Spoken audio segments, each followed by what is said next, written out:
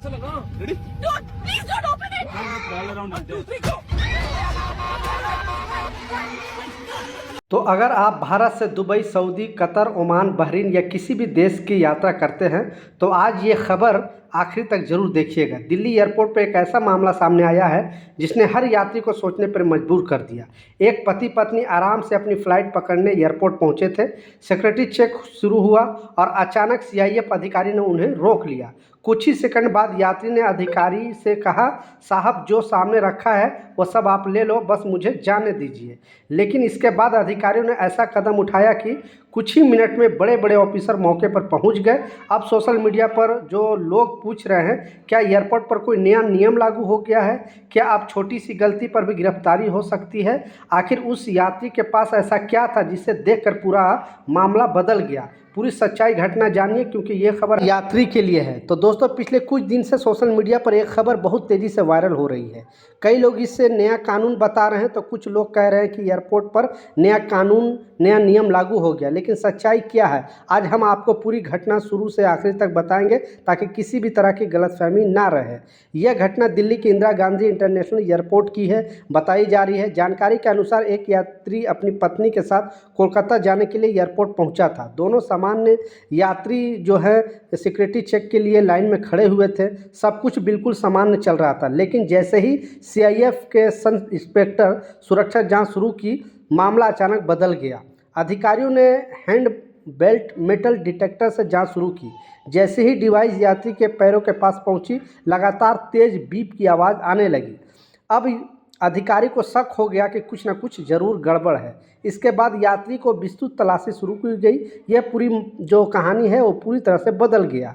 तलाशी के दौरान जब अधिकारी सवाल पूछने लगे तो घबराने लगे। फिर उसने अधिकारी से कहा, साहब जो सामने रखा है सब आपका है, बस मुझे जाने दीजिए। यानी उसने किसी तरह से जान बचाने की कोशिश कर रहा था। अगर आप उसी जगह होते तो शायद सोचते कि अब अधिकारी क्या करेगा। क्या वह मन में मान जाएगा या फिर?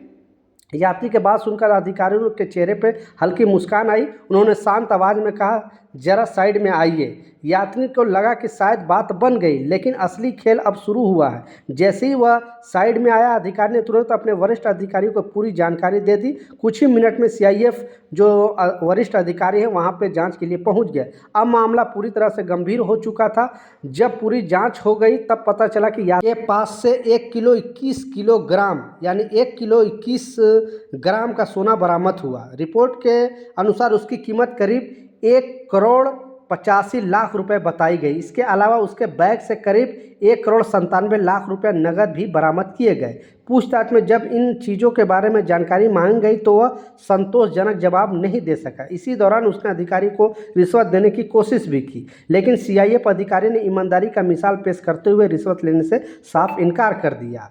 इसके बाद क्या हुआ, पूरा मामला सूचना तुरंत आयकर विभाग को दे दी गई। कुछ ही देर बाद आयकर विभाग की टीम भी एयरपोर्ट पहुंच गई। इसके बाद यात्री और उसकी पत्नी बरामद किए गए सोना और नकदी को नियम अनुसार आयकर विभाग के हवाले कर दिया गया। अब आगे की जांच संबंधी विभाग अपने नियम अनुसार कर रही है। सबसे ज़रूरी बात, अब सबसे बड़ा सवाल, क्या यह कोई नया कानून है या कोई एयरपोर्ट पर नया नियम लागू किया गया? जवाब है नहीं।